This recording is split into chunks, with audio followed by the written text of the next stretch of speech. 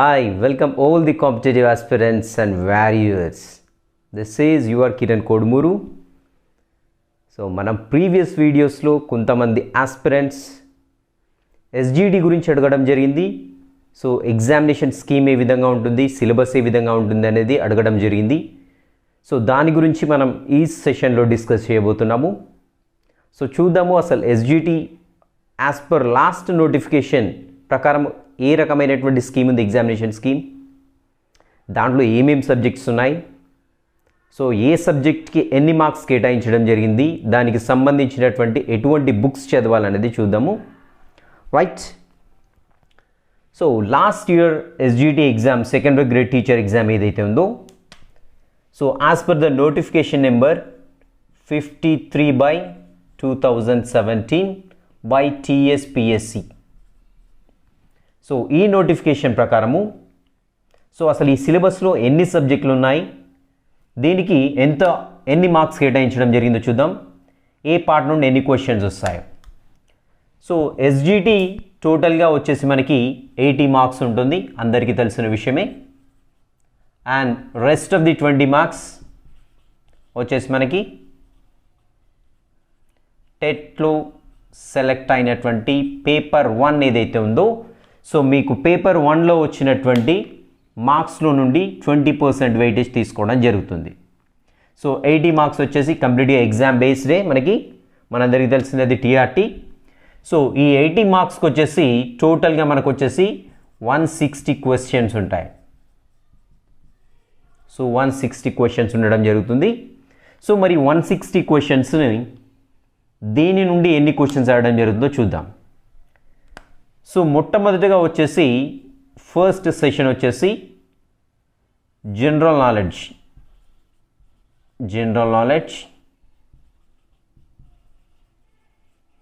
And current affairs.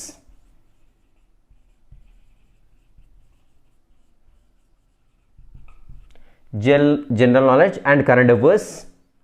So దీని నుండి మనకు మొత్తంగా 20 క్వశ్చన్స్ అడగడం జరుగుతుంది. 20 క్వశ్చన్స్. సో ఈచ్ క్వశ్చన్కి హాఫ్ మార్క్ ఉంటుంది. ఓవరాల్గా ఇక్కడ మనకు వచ్చేసి 10 మార్క్స్ ఉంటాయి. సో ఫస్ట్ సెక్షన్లో వచ్చేసి మనకి general knowledge and current affairs నుండి 20 క్వశ్చన్స్ అడగడం జరుగుతుంది. ఈచ్ క్వశ్చన్కి వచ్చేసి హాఫ్ మార్క్, టోటల్ ఓవరాల్గా 10 మార్క్స్ ఉంటాయి. సో మనకి దీనికి జనరల్ నాలెడ్జ్కి కరెంట్ అఫైర్స్కి ఏం బుక్ చదవాలి అని చూసినట్లయితే, కరెంట్ అఫైర్స్ ఏదైనా ఒక న్యూస్ పేపర్ ఫాలో కండి. తప్పకుండా డే వైజ్గా ఏమి ఈవెంట్స్ జరుగుతున్నాయి కంపల్సరీ ఒక నోట్స్లో రాసుకోండి. జనరల్గా లాస్ట్ 6 మంత్స్ నుండి 1 ఇయర్ క్రితం జరిగినటువంటి అన్ని సంఘటనలు అడగడం జరుగుతుంది. అంతేకాకుండా కరెంట్ అఫైర్స్లో ఉన్న టాపిక్ ఏదైతే ఉందో దానికి రిలవెంట్ జీకేను కూడా టచ్ చేస్తారు, గుర్తుపెట్టుకోండి. Say for example corona virus. So actually 2020 ఇయర్లో వచ్చింది. సో దీని యొక్క వైరస్ ఏంటి, SARS-CoV-2 అనేటువంటి వైరస్. మరి దీని యొక్క హిస్టరీ ఏంటని చూసినట్లయితే SARS-CoV-2 వైరస్ ఉంటుంది దీన్ని. మరి SARS-CoV-1 వైరస్ ఏంటి అనేది మనకి జీకేలో వచ్చేస్తుంది, సైన్స్ అండ్ టెక్నాలజీలో వచ్చేస్తూ ఉంటుంది, ఇజంట్ ఇట్? సో ఇలా కరెంట్ అఫైర్స్లో ఉన్నటువంటి టాపిక్ ప్రీవియస్ ఎప్పుడో జరిగినటువంటి లింకేజ్కి కలుపుకుంటూ చదవాలి కరెంట్ అఫైర్స్ని. ఓకే. నెక్స్ట్ జనరల్ నాలెడ్జ్కి సంబంధించి మనం ఏ బుక్ ఫాలో కావాలని చూసినట్లయితే ఎనీ స్టాండర్డ్ బుక్, మార్కెట్లో ఉన్నటువంటి ఎనీ స్టాండర్డ్ బుక్. ఒక్కసారి క్వశ్చన్ పేపర్ అనాలిసిస్ చేస్తే మనకు ఆ జీకేలో ఎలాంటి క్వశ్చన్స్ అడుగుతున్నాడు సెకండరీ గ్రేడ్ టీచర్ ఎగ్జామ్లో అని చూసినట్లయితే, సో నాట్ ఇన్డెప్త్గా ఏమీ వెళ్ళట్లేడు, అన్ని క్వశ్చన్స్ డైరెక్ట్గానే, గుర్తుపెట్టుకో అన్ని క్వశ్చన్స్ డైరెక్ట్గానే ఉంటాయి. సో దాంట్లో మనం ట్విస్ట్ చేయడం అనేది ఏమీ ఉండదు. సో కాబట్టి స్టాండర్డ్ బుక్ జీకేకి ఒకటి ఏదైనా మార్కెట్లో తీసుకోండి. నేను ఫలానా బుక్ తీసుకోవాలని చెప్పట్లేను. సే ఫర్ ఎగ్జాంపుల్ విజేత కాంపిటీషన్స్, లేదంటే ఇంకా ఏదైనా పబ్లిషర్, రిలయబుల్ పబ్లిషర్స్ నుండి ఒక బుక్ తీసుకొని అదే బుక్ ఫాలో కండి. సే ఫర్ ఎగ్జాంపుల్ హైటెక్ విజయ రహస్యం ఉంది, వినర్స్ పబ్లికేషన్స్ ఉంది, విజయ రహస్యం ఉంది, సో విజేత కాంపిటీషన్స్ ఉంది. ఇలా దేనికైనా ఒకదానికి సంబంధించినటువంటి జీకే బుక్ తీసుకోండి. సో అది కంప్లీట్గా చదవండి, ఇంకా వేరే ఏ బుక్ కూడా అవసరం లేదు. సో కరెంట్ అఫైర్స్ మాత్రం డెఫినెట్గా నోట్స్ తయారు చేసుకోవాల్సి ఉంటుంది. నెక్స్ట్ సెకండ్ టాపిక్ వచ్చేసి perspectives in education. Perspectives in education. So దీంట్లో నేను 20 క్వశ్చన్లు అడగడం జరుగుతుందని చూస్తున్నట్లయితే దీంట్లో కూడా 20 క్వశ్చన్స్ అడగడం జరుగుతుంది. సో దీనికి కూడా 10 మార్క్స్ కేటాయించడం జరిగింది. సో ఓవరాల్గా ఈ రెండిట్లో వచ్చేసి మనకి ఎన్ని మార్క్స్ అయ్యాయి అంటే 20 మార్క్స్ అయ్యాయి. 20 మార్క్స్. సో మరి దీనికి మనకందరికీ తెలిసింది తెలుగు అకాడమీ బుక్స్ ఉంటుంది, బుక్ అనేది ఉంటుంది. ఎస్పెషల్లీ పిఐఈ విద్యా దృక్పథాలు, పోటీ పరీక్షల కోసం ప్రత్యేకంగా తెలుగు అకాడమీ వాళ్ళు విద్యా దృక్పథాలు అనేటువంటి ఒక బుక్ని రిలీజ్ చేయడం జరిగింది. గుర్తుపెట్టుకోండి, సిలబస్ క్లియర్గా ఇవ్వడం జరిగింది నోటిఫికేషన్లో. ఆ సిలబస్ ప్రకారము డిఎడ్ బుక్లో ఉందా, నెక్స్ట్ లేదంటే ఇప్పుడు నేను చెప్పాను కదా పోటీ పరీక్షకు ప్రత్యేకంగా ఒకటి రిలీజ్ చేయడం జరిగింది, సో ఆ బుక్ ఉందా. సో ఆ రెండిట్లో ఏదైతే ఇన్ఫర్మేషన్ ఉందో ఆ రెండు బుక్స్ చదివితే సరిపోతూ ఉంది విద్యా దృక్పథాలు. రైట్, మ్యాక్సిమం దీంట్లో నుండి కూడా లాస్ట్ క్వశ్చన్ పేపర్లో డైరెక్ట్ క్వశ్చన్స్ అడగడం జరిగింది, గుర్తుపెట్టుకోండి. నెక్స్ట్ వచ్చేసి థర్డ్ సెక్షన్లో వచ్చేసి లాంగ్వేజ్ 1 ఉంటుంది. లాంగ్వేజ్ 1 జనరల్గా మనందరికీ అది తెలుగు. సో మరి దీని నుండి ఎన్ని క్వశ్చన్లు అడగడం జరుగుతుందని చూసినట్లయితే సో కంప్లీట్గా 18 క్వశ్చన్స్ అడగడం జరుగుతుంది.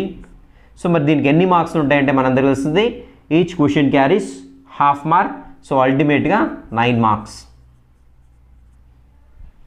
సో మరి దీనికి ఏమి చదవాలి సెకండ్ గ్రేడ్ టీచర్ లెవెల్ కానీ చూసినట్లయితే first to 8th class books. So వ్యాకరణం చూసినట్లయితే 9th and 10th. స్పెషల్లీ మనకేంటంటే తెలంగాణ మనకి ఫార్మేషన్ అయిన తర్వాత టెక్స్ట్ బుక్లో కంప్లీట్ లాంగ్వేజ్ అనేది చేంజ్ కావడం జరిగింది. సో ఏదో ఒక చిన్న పార్ట్ తీసుకొని క్వశ్చన్ ఫ్రేమ్ చేయడం జరుగుతుంది. సో కాబట్టి ఎట్టి పరిస్థితుల్లో ఈవెన్ ఫస్ట్ క్లాస్ బుక్ను కూడా నెగ్లెక్ట్ చేయదు. ఫస్ట్ నుండి చివరి వరకు అంటే 8th వరకు పర్ఫెక్ట్గా ఉండాలి. అండ్ ద రిలవెంట్ టాపిక్స్ ఏవైతే ఉన్నాయో అవి ఖచ్చితంగా 9th 10th తెలుగు టెక్స్ట్ బుక్లో నుంచి చదవాలి. లాస్ట్ క్వశ్చన్ పేపర్లో ఈ తెలుగు ఏదైతే సబ్జెక్ట్ ఉందో దీని నుండి గోధుమ పిండిని తెలంగాణ పరిభాషలో ఈ విధంగా సంబోధిస్తారని క్వశ్చన్ అడగడం జరిగింది. సో అది లోయర్ క్లాస్లోనే ఉంటుంది కాబట్టి ఎట్టి పరిస్థితుల్లో ఏ కార్నర్ని కూడా నెగ్లెక్ట్ చేయకండి. So this is the Telugu. And next వచ్చేసి లాంగ్వేజ్ 2.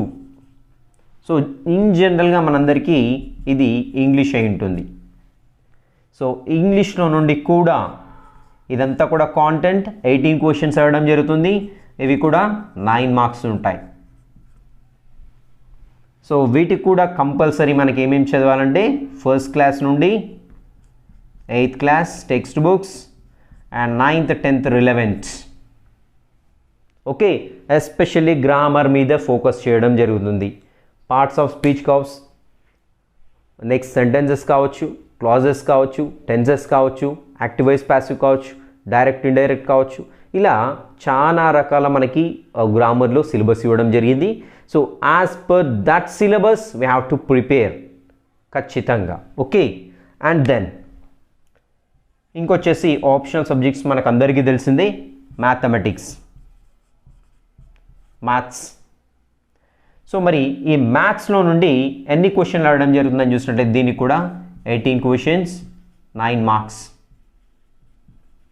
9 మార్క్స్. సో మరి దీనికి ఏం చదవాలని చూసినట్లయితే సేమ్ యాజ్ ఇట్ ఈస్గా 1 to 8th టెక్స్ట్ బుక్స్. అండ్ ఇక్కడ చూడండి మన క్లియర్ వల్ల నోటిఫికేషన్లో ఇవ్వడం జరిగింది linkage to 9th and 10th. So ఏవైతే టాపిక్స్ సిలబస్లో మెన్షన్ చేయడం జరిగిందో దానికి లింక్ ఉన్న టాపిక్సే చదవండి 9th 10thలో. అంతేకాని టెక్స్ట్ బుక్ మొత్తం చదవకండి. ఏవైతే మనకు సిలబస్లో మెన్షన్ చేస్తారో ఆ సిలబస్లో ఉన్న టాపిక్సే లింక్ మాత్రమే చూసుకొని ఆ పార్ట్ మాత్రమే 9th 10thలో చదవండి. సో ఇది వచ్చేసి maths. And then so as it ఈస్గా సైన్స్లో వచ్చేసి same first to 8th class and linkage to 9th and 10th. So దీని నుండి కూడా 18 క్వశ్చన్స్ ఇవ్వడం జరుగుతుంది, 9 మార్క్స్. ఓకే, నెక్స్ట్ వచ్చేసి మనందరికి తెలిసిందే సోషల్ కూడా 1 to 8th and linkage to 9th and 10th classes. ఇక్కడ నుండి కూడా 18 మార్క్స్ ఇవ్వడం జరుగుతుంది, 18 questions and then 9 marks. So these are all together ఎన్ని మార్క్స్ మనకని చూసినట్లయితే ఇక్కడ మనకి 45 మార్క్స్. అంటే languages as well as subjects అన్నీ కలిపి మనకి ఇక్కడ 45 మార్క్స్. ఓవరాల్గా క్వశ్చన్స్ వచ్చేసి 90 క్వశ్చన్స్, ఇక్కడ వచ్చేసి 40 క్వశ్చన్స్. సో ఇంకా ఏముంటాయి ఈ యొక్క ఎగ్జామినేషన్ స్కీమ్లో అని చూసినట్లయితే ఇక్కడ రాస్తున్నాను, సారీ. సో 8th వచ్చేసి ఆల్ మెథడాలజీస్ ఏమేమి వస్తాయి, లాంగ్వేజ్ కూడా వస్తాయంటే ఎస్, దీంట్లో లాంగ్వేజెస్ కూడా వస్తాయి. So Telugu, English, maths, science and social సంబంధించిన మెథడాలజీ బుక్స్ ఏవైతే ఉన్నాయో అవి కంప్లీట్గా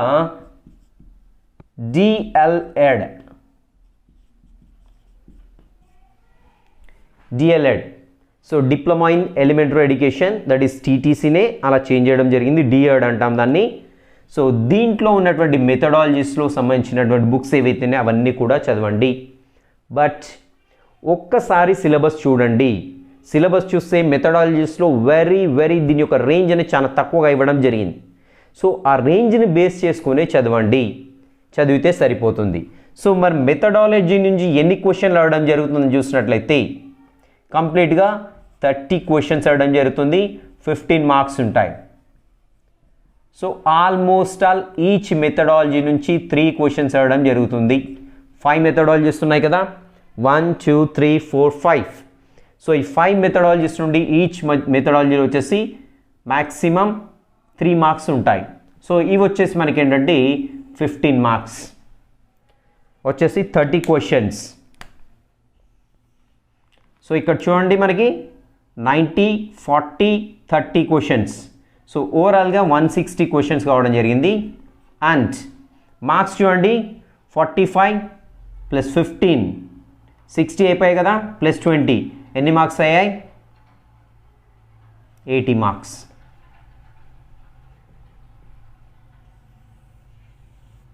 సో ఇది వచ్చేసి complete examination scheme.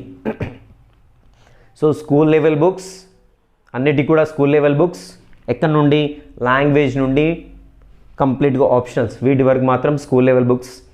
First to 8th class డెఫినెట్గా, అండ్ రిలవెంట్ టాపిక్స్ ఏవైతే linkage to 9th and 10th class. So అంతేకాని 9th or 10th కంప్లీట్గా బుక్స్ మాత్రం చదవకండి, టైం వేస్ట్ అవుతుంది మీకు. అండ్ మెథడాలజీస్ వచ్చేసి DLED, diploma in elementary education, that is TTC or DEd అంటాము. సో దానిలో ఉన్నటువంటి మెథడాలజీ బుక్స్లో సిలబస్ ప్రకారమే చదవండి. వెరీ షార్ట్ సిలబస్ ఉంది మెథడాలజీ సంబంధించి. అండ్ జనరల్ నాలెడ్జ్ వచ్చేసి ఏదైనా ఒక స్టాండర్డ్ బుక్ మార్కెట్ నుండి తీసుకోండి, అదే చదవండి. నెక్స్ట్ కరెంట్ అఫైర్స్ వచ్చేసి డెఫినెట్గా లాస్ట్ 1 year or 6 months నుండి ఖచ్చితంగా క్వశ్చన్లు ఇస్తారు. సో దానికి సంబంధించి మీరు తప్పకుండా ఒక నోట్స్ ప్రిపేర్ చేసుకోండి. సో వార్తల్లోని ప్రముఖ వ్యక్తులు ఎవరు, ఎక్కడ ఏ దేశంలో ఏ సంఘటనలు జరిగాయి, నెక్స్ట్ లైక్ అవార్డ్స్ ఏంటి, క్రీడా రంగం ఏంటి, ఇవన్నీ కూడా దేనికి అది సపరేట్గా నోట్స్ రాసుకోండి. ఒక నోట్స్లోనే డివిజన్స్ చేసుకోండి. సో క్రీడా రంగం ఒక దగ్గర రాసుకోండి, అంతర్జాతీయ సంఘటనలు ఒక దగ్గర రాసుకోండి, సో సైన్స్ అండ్ టెక్నాలజీ సంబంధించింది ఒక దగ్గర రాసుకోండి, అవార్డ్స్ ఒక దగ్గర రాసుకోండి. ఇలా మీరు వాటిని షేర్ చేసుకుంటూ డైలీ న్యూస్ పేపర్లో ఫాలో అయితే సరిపోతుంది. అండ్ ఏదైనా మార్కెట్లో దొరికేటువంటి మంత్లీ ఒకసారి కరెంట్ అఫైర్స్ ఏదైనా బుక్ రిలీజ్ అవుతుంది, డెఫినెట్గా ఏదైనా ఒక పబ్లికేషన్ని మీరు ఒకసారి చెక్ చేసుకొని ఫాలో కండి. సో కరెంట్ అఫైర్స్ విజేత కాంపిటీషన్ వాళ్ళు మంత్లీ ఒకటి రిలీజ్ చేయడం జరుగుతుంది, ఓరల్స్ 6 monthsకి ఒకసారి ఒకటి పెద్ద రిలీజ్ చేస్తారు. సో దాంట్లో ఏదైనా ఒకటి ఫాలో అయితే సరిపోతుంది. సో ఇది వచ్చేసి కంప్లీట్గా ఎగ్జామినేషన్ స్కీమ్. మరి లాస్ట్ ఇయర్ ఎస్జిటి క్వశ్చన్లో సైన్స్కి సంబంధించినటువంటి ఎలాంటి క్వశ్చన్స్ అడిగాడు ఒక్కసారి చూద్దాము. సో మీరు ఇక్కడ స్క్రీన్ మీద చూస్తున్నది లాస్ట్ ఇయర్ టీఎస్పీఎస్సీ చేత కండక్ట్ చేయబడినటువంటి టీఆర్టీ ఎగ్జామ్ ఎస్జిటి సంబంధించింది సిరీస్ డి ఇది. సో ఒకసారి దీంట్లో క్వశ్చన్లు ఏమి అడిగారో చూద్దాము.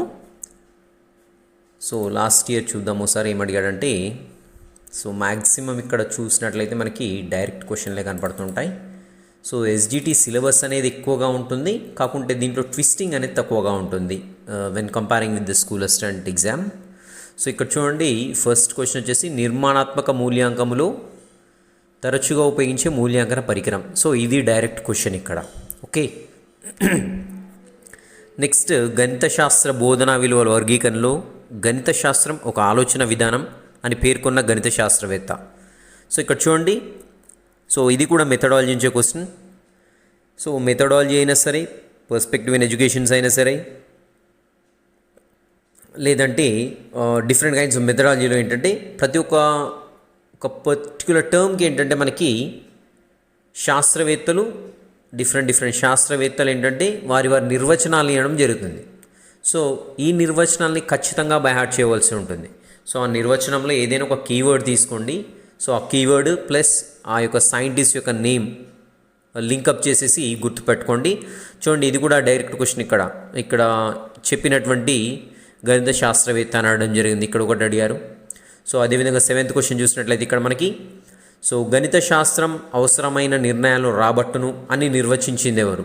సో గణిత శాస్త్రం పైన నిర్వచనాలు ఇచ్చే శాస్త్రవేత్తల గురించి ఇచ్చాడు. సో అక్కడ ఏ శాస్త్రవేత్త ఆ విధంగా నిర్వచించిండో. సో ఇది కూడా డైరెక్ట్ క్వశ్చన్ ఉంటుంది. సో ఇది కూడా చూడండి, ఇక్కడ వివిధ పనులను విద్యార్థులకు కేటాయించడం ఏ స్థాయికి చెందుతుంది? సో ఇక్కడ కూడా మ్యాక్సిమం చూసినట్లయితే దీన్ని మనకి డైరెక్ట్ క్వశ్చన్లు అడగడానికి అవకాశం ఉంది. అంటే సిలబస్ ఎక్కువగా ఉంది కాబట్టి అభ్యర్థి యొక్క మెమరీ ఏ విధంగా ఉంది అనే దాన్ని బేస్ చేసుకొని నాలెడ్జ్ బేస్డ్ క్వశ్చన్స్ ఎక్కువగా ఉంటాయి ఇక్కడ దీంట్లో. సో ఇక్కడ చూద్దాం ఇప్పుడు మరి సైన్స్కి సంబంధించిన ఎలాంటి క్వశ్చన్లు అడిగారు. సో బయో సైన్స్ కానీ జనరల్ సైన్స్ సంబంధించినటువంటి ఎలాంటి క్వశ్చన్లు అడిగారో చూద్దాం మనము. సో ఇక్కడ చూడండి, కరెంట్ అఫైర్స్లో కూడా మనకి సైన్స్ నుండి క్వశ్చన్లు రావడం జరుగుతుంది. సో మరి ఎలాంటి క్వశ్చన్లు సైన్స్ నుండి అడిగారు, బయో సైన్స్ నుండి ఎస్పెషల్లీ మనకి కరెంట్ అఫైర్స్లో ఇక్కడ 2 క్వశ్చన్స్ ఇక్కడ అడిగారు. 32 చూడండి, అదేవిధంగా 33 చూడండి. సో క్రింది వాటిలో ఏది 4 గదుల గుండె కలిగిన జాతికి ఉదాహరణ కాదు అన్నాడు. కాదు, గుర్తుపెట్టుకోండి. సో ఇక్కడ పిల్లి, పావురం, మొసలి, కప్ప అనే ఆప్షన్స్ ఇవ్వడం జరిగింది. సో ఇలా బయో సైన్స్ మన సిలబస్ చదువుకున్నట్లయితే ఇలా కరెంట్ అఫైర్స్లో నుండి లేదంటే జనరల్ నాలెడ్జ్కి సంబంధించిన సెషన్ ఏదైతే ఉందో దాంట్లో మనకి డెఫినెట్గా 2 క్వశ్చన్స్ ఖచ్చితంగా ఉంటాయి. మినిమం 2 క్వశ్చన్స్ అనేవి ఖచ్చితంగా అడగడం జరుగుతుంది. సో ఇదొక క్వశ్చన్ అడిగాడు. అదేవిధంగా ఇక్కడ చూడండి, మానవ శరీరంలోని మూత్రపిండాల విధి ఏమిటి అని అడగడం కూడా జరిగింది. సో మానవ శరీరంలో మూత్రపిండాల విధి. సో ఇక్కడ ఒక క్వశ్చన్ అడగడం జరిగింది. సో ఆ మూత్రపిండాలు ఏం చేస్తాయని, అంటే మనకు బయో సైన్స్ని కవర్ చేసుకున్నట్లయితే చూడండి, మనకి ఇలా క్వశ్చన్స్ అన్నీ కూడా కరెంట్ అఫైర్స్లో కూడా కొన్ని కవర్ అయిపోతున్నాయి జనరల్ నాలెడ్జ్లో. సో అదేవిధంగా ఇక్కడ 51 చూడండి, క్వశ్చన్ నెంబర్ 51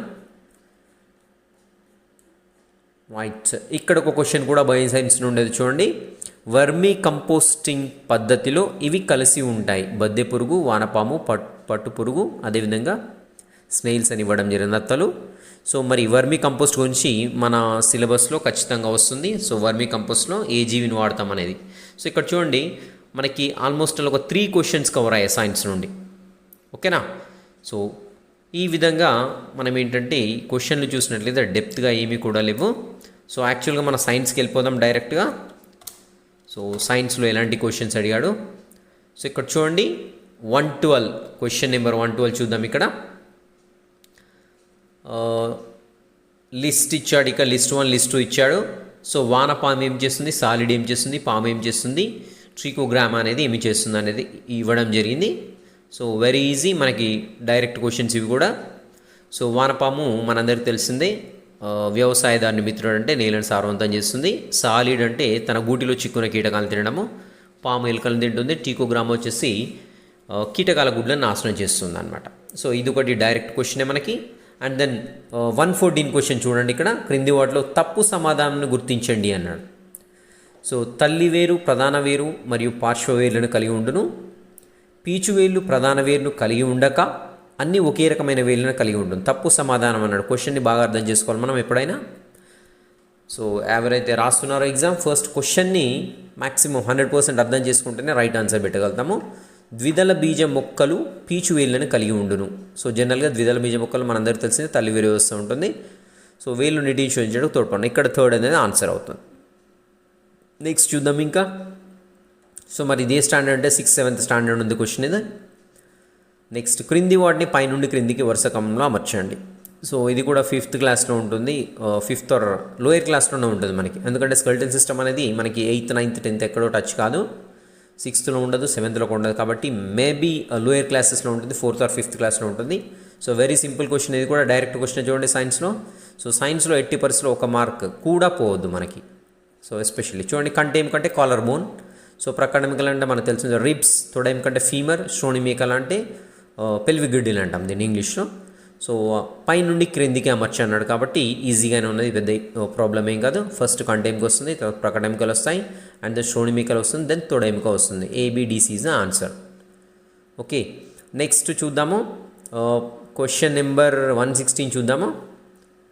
సో ఇక్కడ కూడా చూడండి, ఇది వచ్చేసి మనకి 6th క్లాస్ టెక్స్ట్ బుక్ నుండి అడగడం జరిగింది. 6th or 7thలోనే ఉంది ఇది కూడా. సో క్రింది వాటిలో తప్పు సమాధానాలు గుర్తించండి అన్నాడు. సో పట్టు మాత్రలో ఇక్కడ మనకి ఏంటంటే యానిమల్ హస్బెండరీ ఓరల్స్ పట్టు మరియు ఉన్ని 6th క్లాస్లో ఉంటుంది లెసన్.